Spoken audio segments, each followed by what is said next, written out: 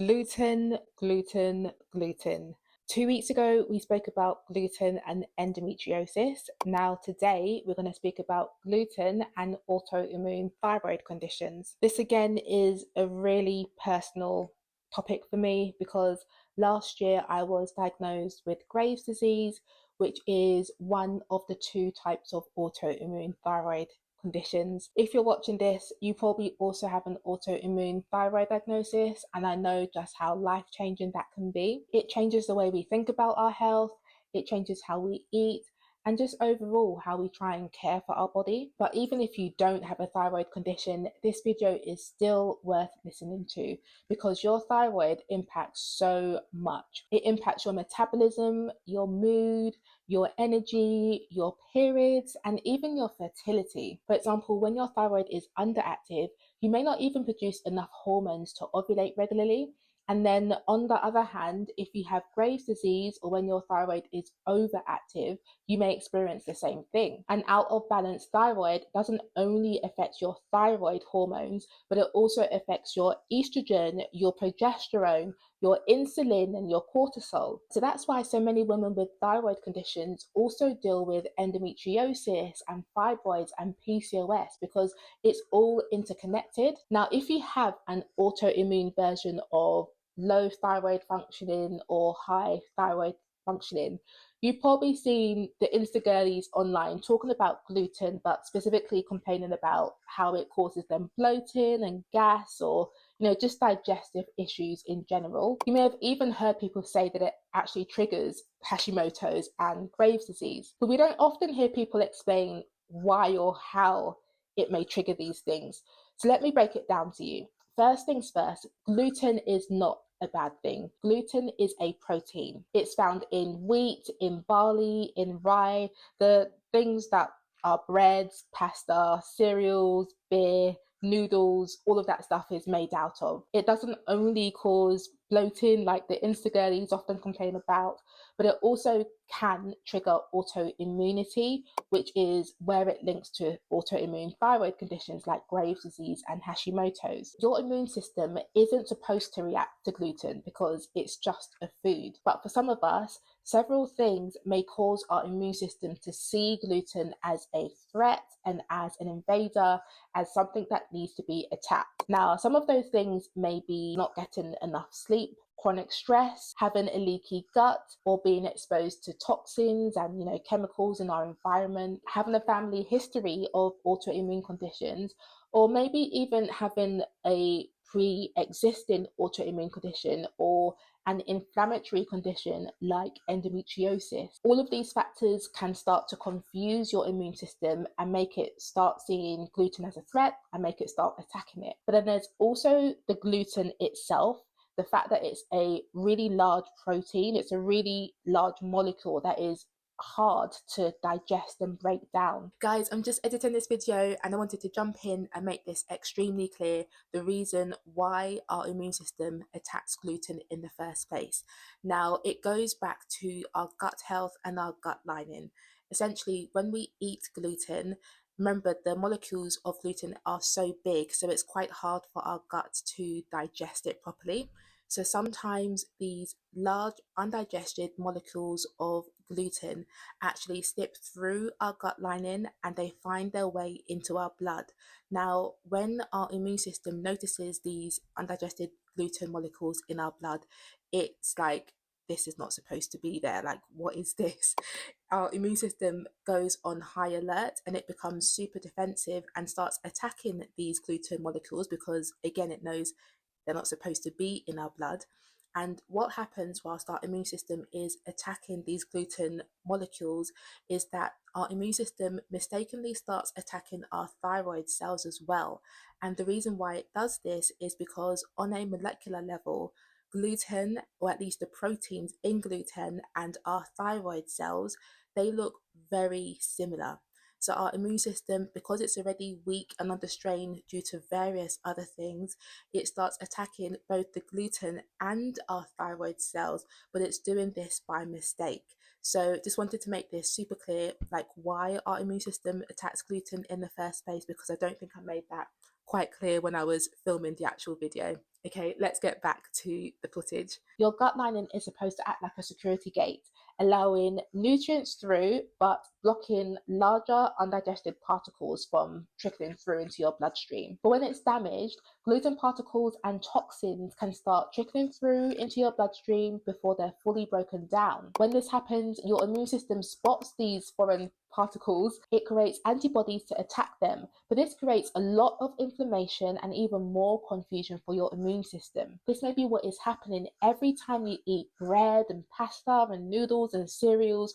All of these things, even if you make them from home from scratch, I'm sure you've heard a lot of people say this, but around 70% of your immune system lives in your gut. So if your gut is inflamed, your immune system is inflamed too. That's why so many women with thyroid issues and hormone issues feel better when they start to eliminate or reduce gluten. And that is essentially why I decided to try and go gluten free this year, because I have Graves' disease and also because I've got endometriosis, which has been linked to autoimmunity and to inflammation. Even though I had a slip up around my 5 month mark, I'm still committed to this journey, because when I did have gluten, I had like stabbing pains in my pelvic area. And I'm not too sure if it was just my mind playing tricks on me, or I don't know, maybe me imagining stuff, but I'm just trying to be super careful and trying to support my body back to health, especially because of my diagnosis and because of endo as well. So that's why on my hormone health journey, I also focus on supporting my immune system, not only because autoimmunity is behind things like Hashimoto's and Graves' disease, they're not just thyroid issues, but also because our thyroid and our immune system are linked to things like inflammation and PMS and fertility and our menstrual cycles. If gluten triggers inflammation, then it only really makes sense that it's something that we need to consider, at the very least, reducing or eliminating. So yes, on this channel we do talk about supporting your immune system and giving it a chance to calm down, because it's actually integral to our whole hormonal health picture. And if you've had a flare up before, a Hashimoto's flare up or a Graves' disease flare up, you know just how unsettling that can be. Graves' disease flare ups look like having a racing heart, tremors, shaking, anxiety, irritability, depression. And in both cases, it's our body saying, look, something has triggered me here and I need some support. And this is where gluten and stress and gut health all come into play. I would say try and start off small, because going gluten free is a massive change. Most likely you've been eating gluten for all of your life, and so suddenly not eating gluten anymore, that's going to be a massive shock to your nervous system. So be realistic in terms of try and set yourself a very small, achievable, realistic goal first. And then only once you've achieved it, then you can, I guess, progress to the next step or next phase, etc. So maybe start off with just 1 month trying to be gluten free. And then if you manage to do that, then you can go up to 2 months being gluten free and 3 months. Or you may be like me and decide, you know what, I'm just going to quit it cold turkey. So one day you may be eating gluten and then the next day you may not be. That's kind of what works for me. That's how I like to do things, but everyone is different. Most likely, or usually, we are successful when we do things in small increments. So set yourself a short-term goal, 1 month, 2 months, and work your way up. And also keep a journal that track how your body feels without gluten. And then if you decide to reincorporate it back into your diet, you can track your symptoms, whether you feel pain or if you have flare-ups or inflammation or other symptoms that pop up. And then of course we need to be eating a nutrient dense diet, so lots of proteins and healthy fats, limiting that unprocessed foods, stocking up on your veggies, and then of course focusing on your grains, so making sure that they're nutrition rich, i.e. brown rice and quinoa. Those are my go-tos. You also need to check your labels, because gluten hides everywhere. It can be in sauces, it can be in coatings, even in supplements. And also when you're going out to eat as well, look at the menus online, call up the restaurant and just prepare yourself, because that's how I fell off my gluten-free streak.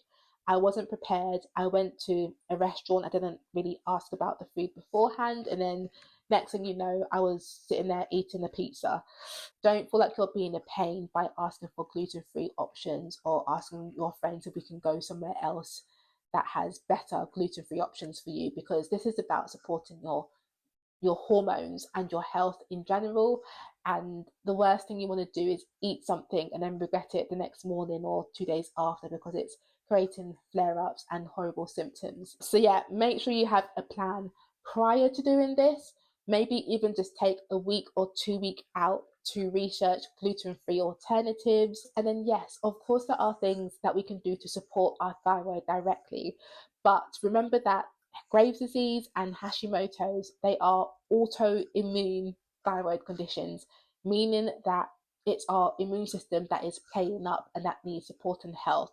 So focus on your diet and getting in nutrients such as selenium. Zinc is great for immune balance. Magnesium helps calm your nervous system and is great for energy. And then vitamin D is also great for our immune system and for immune regulation. And then of course, don't forget the other basics like getting adequate rest, allowing your body to recover and allowing your mind to recover. Things like praying and gentle movement and breath work. So if you are on this journey and have Hashimoto's or Graves' disease, I honestly think that gluten should be something that we should be strongly considering whether it should remain in our diet, because it has been linked to inflammation and all of this other stuff, which is just not good for our immune health. If you found this video helpful, please do give it a like, subscribe to the channel and share this video with someone who needs it. And if you are ready to go deeper, i.e. to implement all of this information that you are learning, please do check out the Hormone Sisterhood, because that's a membership and also one-to-one coaching for those of us who are kind of like tired of consuming tons and tons of wellness content, and we are just ready to put all of this information into action and take daily, weekly and monthly action to support our hormones and to reduce a lot of the symptoms that we're experiencing.